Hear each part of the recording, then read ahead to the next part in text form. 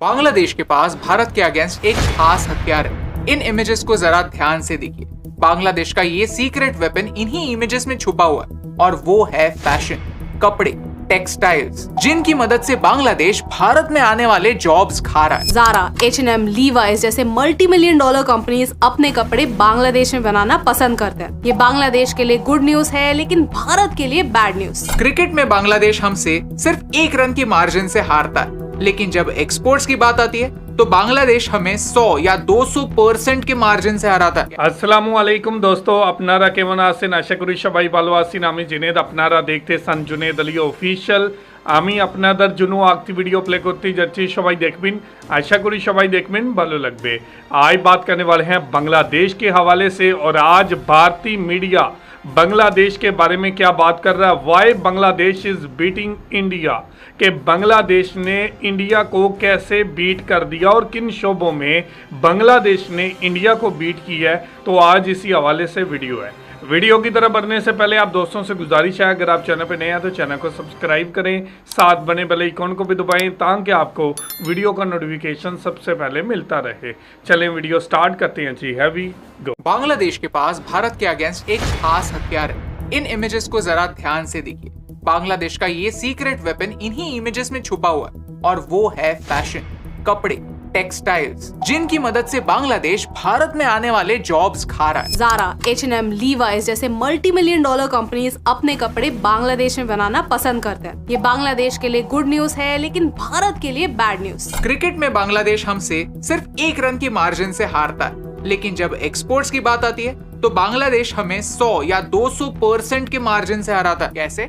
आइए जानते हैं आज के इस वीडियो में। हम ऐसे मुद्दों के बारे में बात करते हैं जो भारत को एटलीस्ट 1% बेहतर बना सकते हैं, लेकिन ये 10 मिनट के वीडियोस बनाने के लिए हमें लिटरली कुछ हफ्तों के लिए रिसर्च करना पड़ता है। अगर आप हमारे काम को सपोर्ट करना चाहते हैं तो प्लीज हमें सब्सक्राइब या फिर फॉलो करना ना भूलिए। ये आपके लिए तो फ्री है, लेकिन इससे हमारी बहुत हेल्प होती है। चैप्टर 1, बांग्लादेश की सक्सेस स्टोरी। आप सोच रहे होंगे कि हम बांग्लादेश की बात क्यों करें। 3 साल पहले पैंडेमिक के दौरान एक न्यूज काफी फेमस हो गई थी कि अब बांग्लादेश ने पर कैपिटा जीडीपी में भारत को पीछे छोड़ दिया। ये बांग्लादेश के लिए एक टेम्पररी विक्ट्री थी, क्योंकि अगले ही साल भारत के जीडीपी ने भी बाउंस बैक किया। लेकिन बांग्लादेश भारत को कुछ मामलों में परमानेंटली पीछे छोड़ रहा है, क्योंकि जब टेक्सटाइल ट्रेड की बात आती है तो भारत वर्ल्ड ट्रेड का सिर्फ 3% कंट्रीब्यूट करता है और बांग्लादेश 6%, यानी हमसे डबल। ये हम भारत को क्रिटिसाइज करने के लिए नहीं, अपने नेबर्स के अकॉम्प्लिशमेंट्स को एक्नॉलेज करने के लिए कह रहे हैं। चलिए थोड़ा रिवाइंड करते हैं। बात है 19th सेंचुरी की, जब कोलकाता में फोर्ट ग्लॉस्टर में पहली कॉटन टेक्सटाइल मिल बनी। फिर कुछ ही सालों बाद मुंबई में Bombay spinning and weaving company बनी।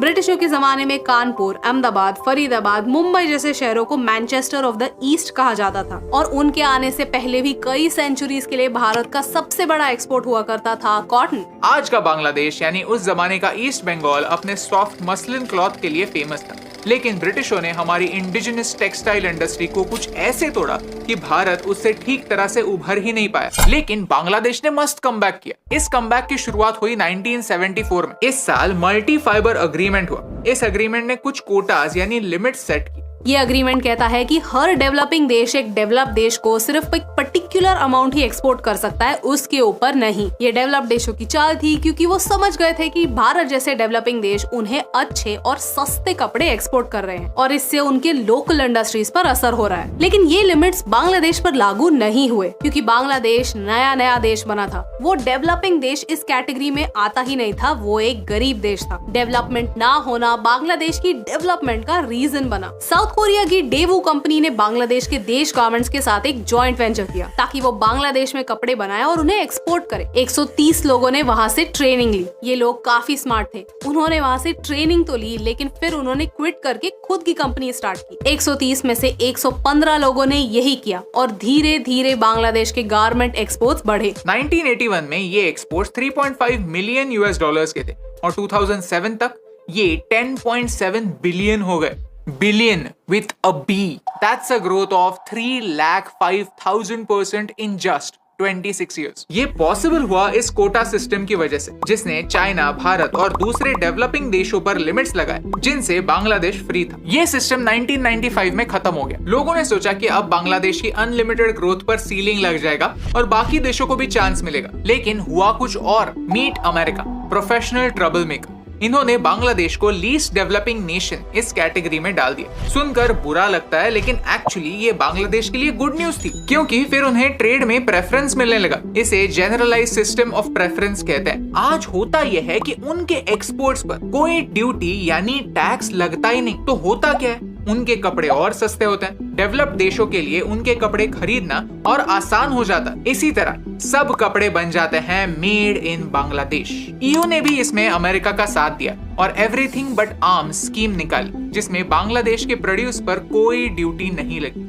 रिजल्ट, बांग्लादेश की गारमेंट इंडस्ट्री 15% से भी ज्यादा रेट से ग्रो करती है। चैप्टर 2, भारत और बांग्लादेश। आज भारत कहाँ है? भारत के रेडीमेड गारमेंट्स की एक्सपोर्ट 2022-2023 में कुछ $16 बिलियन की थी। एंड इन कॉन्ट्रास्ट बांग्लादेश की रेडीमेड गारमेंट एक्सपोर्ट्स जुलाई 22 से अप्रैल 2023 तक ऑलरेडी $38.57 बिलियन क्रॉस कर चुकी थी। यूएसए में एक शर्ट बनाने का खर्चा $60 है। वही शर्ट अगर भारत में बना तो उसका कॉस्ट 50 सेंट्स होगा, और वही शर्ट अगर बांग्लादेश में बनेगा तो उसकी कॉस्ट 22 सेंट्स होगी, less than half of India's price. अब वेस्ट के बिजनेसेस होते तो चिंदी है, उन्हें 28 सेंट्स बचाने हैं तो वो बांग्लादेश को चुनते हैं। लेकिन कॉस्ट इकलौता फैक्टर नहीं है, एफिशिएंसी मैटर्स टू। बांग्लादेश की कंपनी जिस ऑर्डर को 50 दिन में पूरा करता है, उसी ऑर्डर को खत्म करने के लिए भारत को 63 डेज लगता है। भारत बड़ा देश है तो माल को पोर्ट तक पहुंचाते पहुंचाते 10 दिन लगते हैं, वेराज बांग्लादेश ये काम सिर्फ 1 दिन में करता है। बांग्लादेश ने काफी स्ट्रेटेजिकली अपनी टेक्सटाइल इंडस्ट्री डिजाइन की है। Porter diamond theory of national advantage top MBA colleges में सिखाया जाता है, जो कहता है कि हर देश के पास कोई ना कोई एडवांटेज जरूर होता है। सरकार को बस उसे आइडेंटिफाई करने की और उस पर कैपिटलाइज करने की जरूरत होती है। कैसे? 4 points: factor conditions, demand conditions, related supporting industries, firm strategy and structure. इस मॉडल को भारत और बांग्लादेश दोनों पर अप्लाई करके देखते हैं। फैक्टर कंडीशंस यानी फैक्टर्स ऑफ प्रोडक्शन। कोई चीज प्रोड्यूस करने के लिए कुछ इनपुट्स लगते हैं, like land, labour, capital, technological advancement etcetera. एक देश में कितना फर्टाइल लैंड है, ऑयल, नेचुरल गैस, गोल्ड जैसे नेचुरल रिसोर्सेज कितने हैं, ये उसके कंट्रोल में नहीं, लेकिन टेक्नोलॉजी, स्किल्ड लेबर, इंफ्रास्ट्रक्चर ऐसे रिसोर्सेज एक देश के कंट्रोल में है।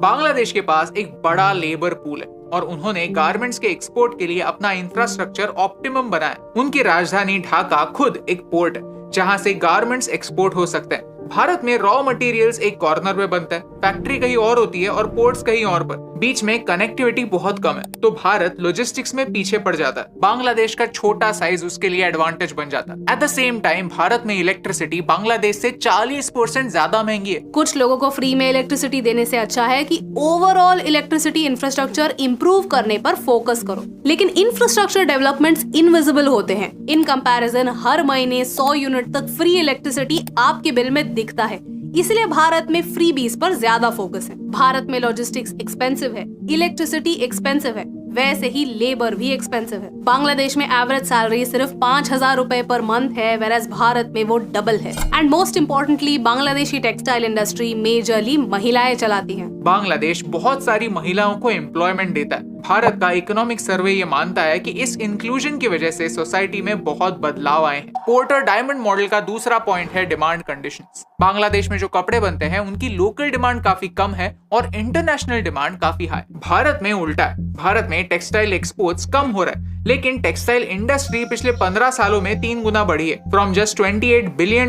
इन 2005 टू $75 बिलियन इन 2020। इस मॉडल का तीसरा पॉइंट है related and supporting industries. Bangladesh में banks, raw material suppliers, insurance companies, logistics companies सब साथ मिलकर काम करते हैं ताकि देश एक्सपोर्ट्स बढ़ा सके। भारत में टेक्सटाइल इंडस्ट्री के रॉ मटेरियल, मैन्युफैक्चरिंग, एक्सपोर्ट ये तीनों फैक्टर्स अलग अलग स्टेट में होते हैं और अलग अलग स्टेट्स के अलग अलग पॉलिसीज होते हैं। तो सोल्यूशन निकालना किसी एक सरकार के लिए पॉसिबल नहीं होता। स्टेट्स को मिलकर सोल्यूशंस ढूंढने होंगे और इसमें पॉलिटिशियंस का क्या फायदा? तो कोई एक्शन नहीं ली जाती। टेक्सटाइल कंपनीज कहती है कि उन्हें भारत में लोन लेना महंगा पड़ता। पोर्टर डायमंड मॉडल का आखिरी पॉइंट है firm strategy, structure and rivalry. ये मेनली एक सेक्टर की कंपनीज को देखता है। कंपनीज कितनी बड़ी है, कितने एम्प्लॉइज है कंपनी में और कंपनीज के बीच में राइवलरी कितनी है। बांग्लादेश के टेक्सटाइल कंपनीज में ऑन एन एवरेज 797 वर्कर्स है, भारत में ये नंबर 240 है। इसका एक रीजन शायद है हमारे लेबर लॉज। कई सारी कंपनीज रेगुलेशंस अवॉइड करने के लिए छोटे रहते हैं एंड दिस इम्पैक्ट्स प्रोडक्टिविटी। अगर आपने स्कूल या कॉलेज में इकोनॉमिक्स पढ़ा होगा तो ये टर्म जरूर सुनी होगी, इकोनॉमीज ऑफ स्केल।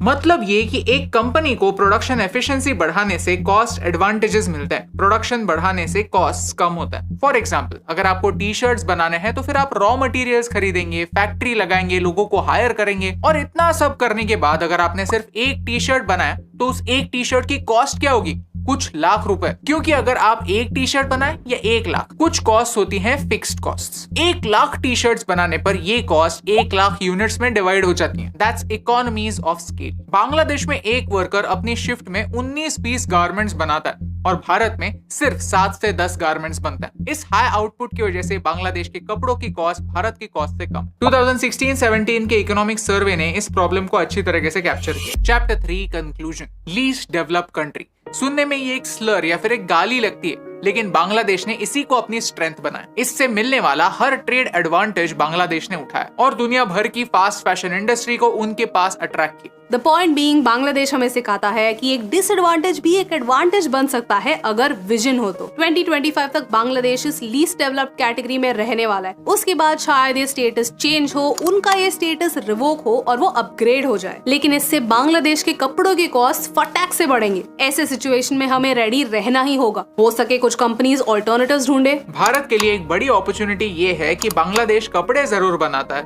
लेकिन उनके पास रॉ मटेरियल्स नहीं है। वो ये सारा इंपोर्ट चाइना से करता है। तो क्या हम उन्हें कन्विंस नहीं कर सकते कि ये रॉ मटेरियल्स चाइना से नहीं हमसे इंपोर्ट करें, ताकि बांग्लादेश की टेक्सटाइल इंडस्ट्रीज का हमें भी फायदा हो। भारत और बांग्लादेश ने South Asian free trade agreement sign किया हुआ है, कॉल्ड साफ्टा। साफ्टा के अंडर दोनों देश अपने प्रोडक्ट्स पर टैक्स नहीं लगाएंगे। इस प्रोविजन के अंडर बांग्लादेश भारत को अपने कपड़े बेचता है। हमने कई ब्रांड्स ऐसे देखे हैं जो बांग्लादेश से कपड़े खरीदते हैं। भारत की वीविंग कैपेसिटी दुनिया में सबसे ज्यादा है, तो हमें भी फिगर आउट करना होगा कि हम उन्हें और ज्यादा एक्सपोर्ट कैसे करें। एंड मोस्ट इम्पोर्टेंटली, हमें women participation in work force बढ़ाना हो।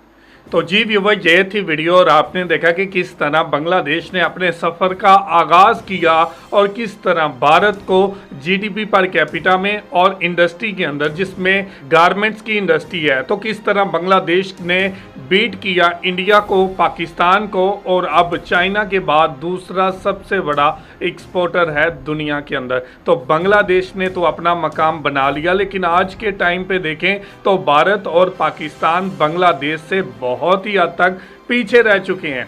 आज बांग्लादेश के मुकाबले में भारत और पाकिस्तान बेहद पीछे रह चुके हैं। और आज भी जब बात की जाती है बांग्लादेश की, या भारतीय मीडिया हो, पाकिस्तानी मीडिया हो, तो यहाँ पर बांग्लादेश की तारीफ करते हैं और यहाँ पर क्रेडिट देते हैं बांग्लादेश के बिजनेसमैनों को, बांग्लादेश के अंदर इन्वेस्ट करने वालों को, कि किस तरह बांग्लादेश की तरक्की में अहम रोल अदा किया। और आज के मुकाबले में अगर भारत या पाकिस्तान को देखा जाए तो ये बहुत ही ज़्यादा पीछे रह चुके हैं। तो ये थी आज की वीडियो। आप इस वीडियो के बारे में क्या कहना चाहते हैं ज़रूर कमेंट करके हमें बताइएगा। बहुत शुक्रिया।